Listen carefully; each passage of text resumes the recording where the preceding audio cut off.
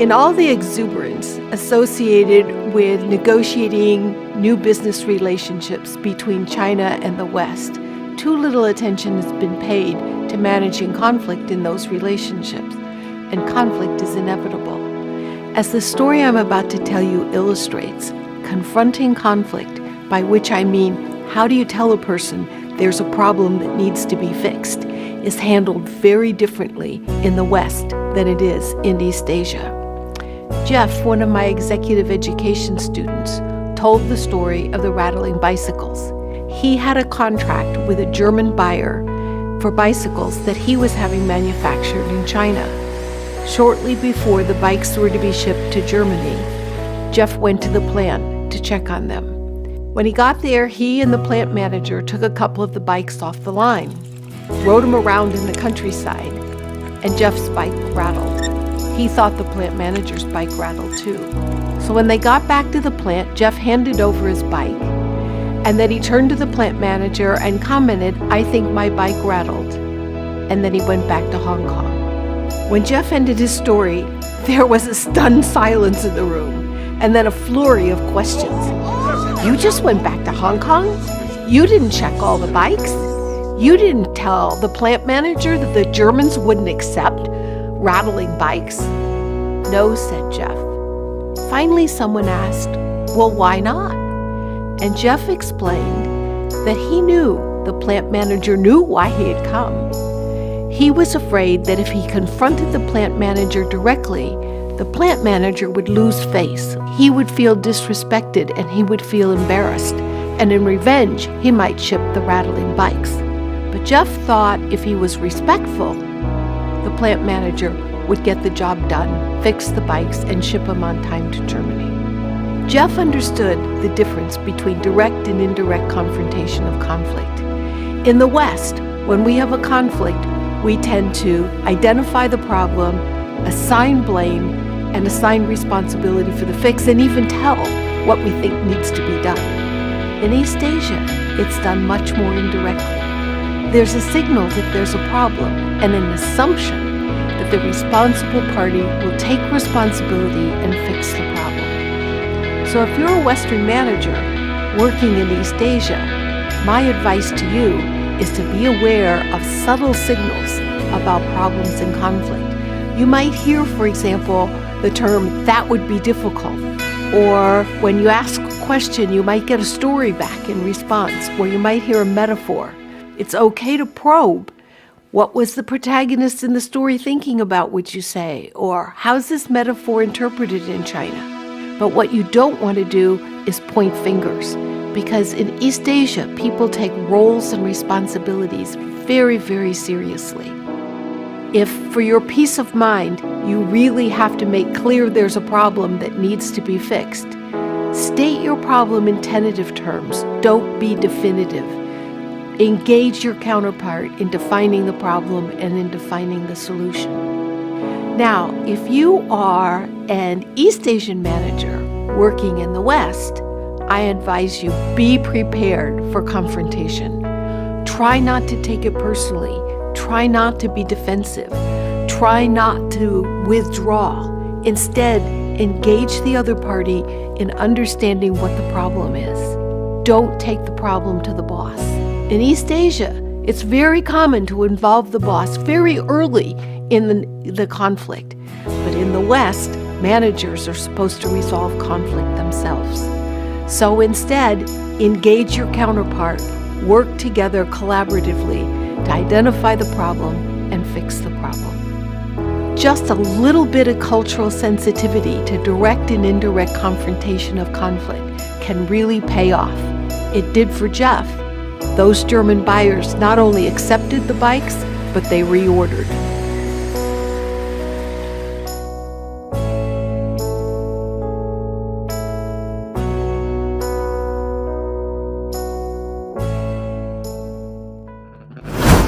Assalamualaikum warahmatullahi wabarakatuh.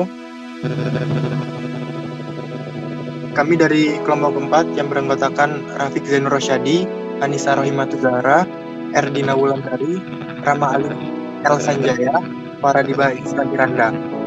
Kami akan menyampaikan materi tentang bab 4, yaitu komunikasi bisnis lintas budaya. Untuk materi yang pertama akan disampaikan oleh Faradiba. Kepada Faradiba dipersilahkan. Komunikasi bisnis lintas budaya. Komunikasi lintas budaya adalah komunikasi yang digunakan dalam dunia bisnis, baik komunikasi verbal maupun non-verbal, dengan memperhatikan faktor-faktor budaya di suatu daerah, wilayah, ataupun negara. Next. Pentingnya komunikasi bisnis lintas budaya. Komunikasi bisnis lintas budaya mempunyai arti penting bagi terjalinnya harmonisasi bisnis, terlebih dengan perkembangan atau tren yang ada saat ini. Diperlukan suatu pemahaman bersama antara dua orang atau lebih dalam melakukan komunikasi lintas budaya, baik melalui tulisan maupun lisan. Semakin terbukanya peluang perusahaan multinasional masuk ke wilayah suatu negara dan didorong pesatnya perkembangan teknologi, komunikasi dan informasi, sehingga kebutuhan akan komunikasi bisnis lintas budaya menjadi semakin penting artinya. Selanjutnya akan dilanjutkan oleh rekan saya. Memahami budaya dan perbedaannya. Setiap orang hidup, tumbuh, dan berkembang dalam kelompok-kelompok tertentu, baik yang berkaitan dengan kelompok keagamaan, profesi, maupun bisnis. Masing-masing kelompok itu menerapkan suatu aturan atau perilaku yang sesuai dengan budayanya. Contoh sederhananya adalah penampilan, cara berpakaian, bertemu, berjalan, dan berbicara di antara kelompok masing-masing akan terlihat berbeda. Berikut ini ada beberapa definisi budaya dari beberapa ahli. Menurut Lehman, Himstead, dan Betry, budaya diartikan sebagai sekumpulan pengalaman hidup yang ada dalam masyarakat mereka sendiri. Menurut Hofstede, budaya diartikan sebagai pemrograman kolektif atas pikiran yang membedakan anggota-anggota suatu kategori dari kategori lainnya. Menurut Bovey dan Thiel, budaya adalah sistem sharing atau simbol-simbol kepercayaan, sikap, nilai-nilai, harapan, dan norma-norma berperilaku. Menurut Marpy dan Hildebrand, budaya diartikan sebagai tipikal karakteristik perilaku dalam suatu kelompok. Menurut Michel, budaya merupakan seperangkat nilai-nilai inti kepercayaan, standar pengetahuan, moral, hukum, dan perilaku yang bagaimana seseorang bertindak, berperasaan, dan memandang dirinya serta orang lain. Next.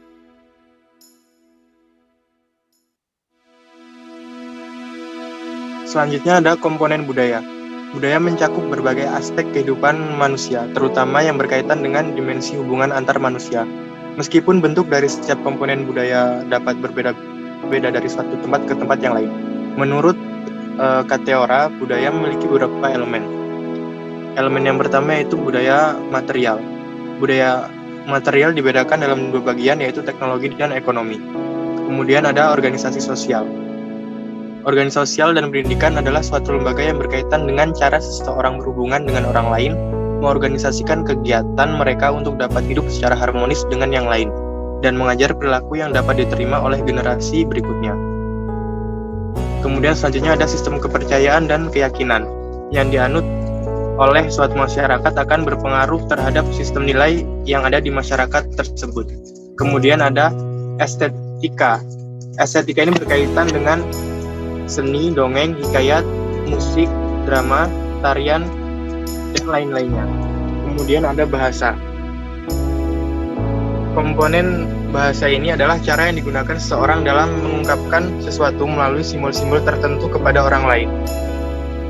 Untuk materi selanjutnya akan disampaikan oleh rekan saya.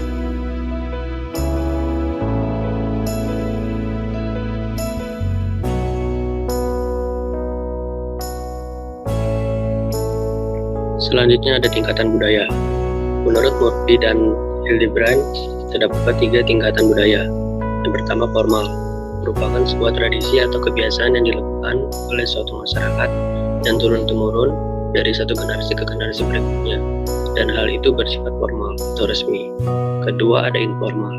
Pada tingkatan ini, budaya lebih banyak diteruskan oleh suatu masyarakat dari generasi ke generasi berikutnya, melalui apa yang didengar, dilihat, dipakai atau digunakan, dan dilakukan tanpa diketahui alasannya apakah itu dilakukan.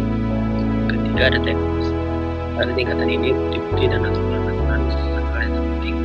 Selanjutnya dilanjutkan oleh rekan saya.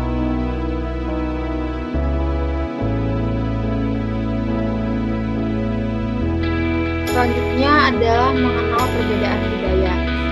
Dalam kehidupan sehari-hari, setiap orang itu pasti selalu berhubungan dengan orang lain yang tentunya memiliki latar belakang budaya dan bahasa yang berbeda-beda. Terutama dalam era globalisasi seperti sekarang ini, sebagaimana yang kita ketahui bahwa teknologi berkembang pesat, dampaknya banyak perusahaan asing yang memerlukan kegiatan bisnis di Indonesia. Dan atas fenomena tersebut penting sekali bagi kita untuk mengenali perbedaan budaya.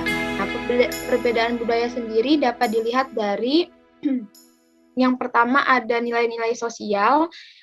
Contohnya itu misalnya kalau di Indonesia budaya kebersamaannya itu kuat gitu, gotong royong. Tapi kalau di luar negeri seperti di negara maju, Amerika Serikat dan Kanada, mereka menganggap orang yang bisa melakukan sesuatu sendiri itu lebih baik. Jadi mereka lebih individual.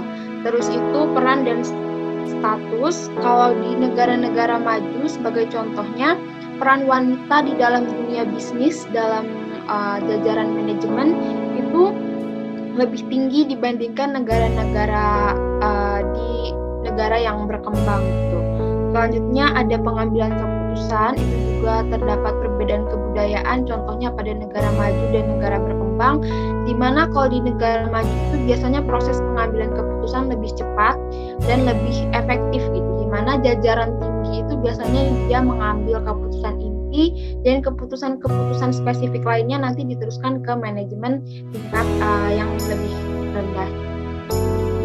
Begitu juga dengan konsep waktu gitu. Kalau di negara maju biasanya waktu itu lebih berharga. Jadi sebisa mungkin kalau kita mau melakukan komunikasi dengan mereka, kita harus to the point gitu.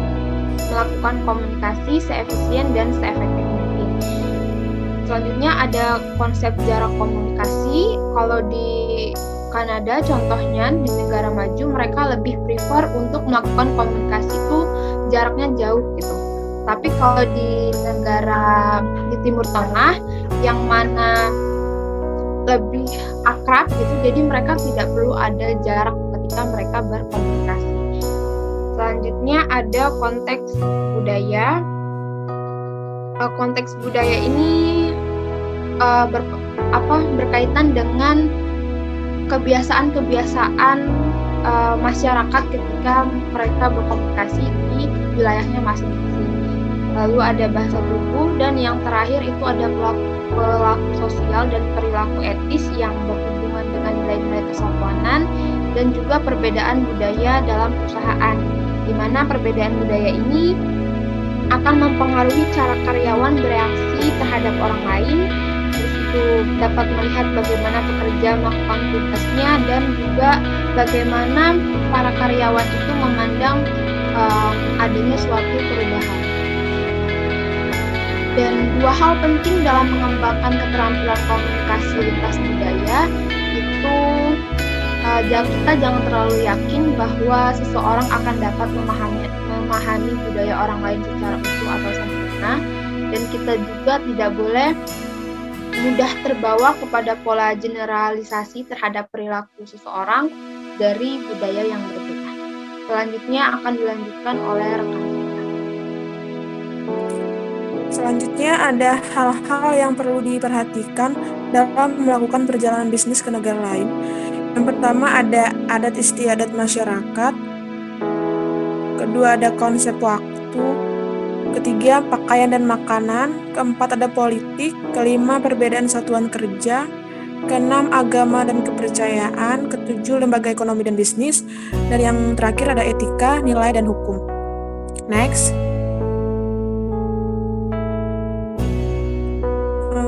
Negosiasi lintas budaya.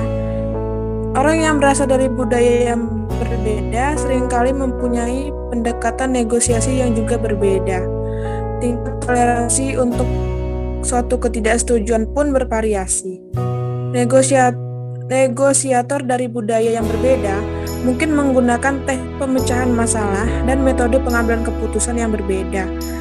Jika mempelajari budaya partner kita sebelum bernegosiasi, kita akan lebih mudah dapat memahami pandangan mereka lebih lanjut, menunjukkan sikap luwes, hormat, sabar, dan sahabat akan membawa pengaruh yang baik bagi proses negosiasi yang berjalan, sehingga pada akhirnya dapat ditemukan menguntungkan kedua belah pihak.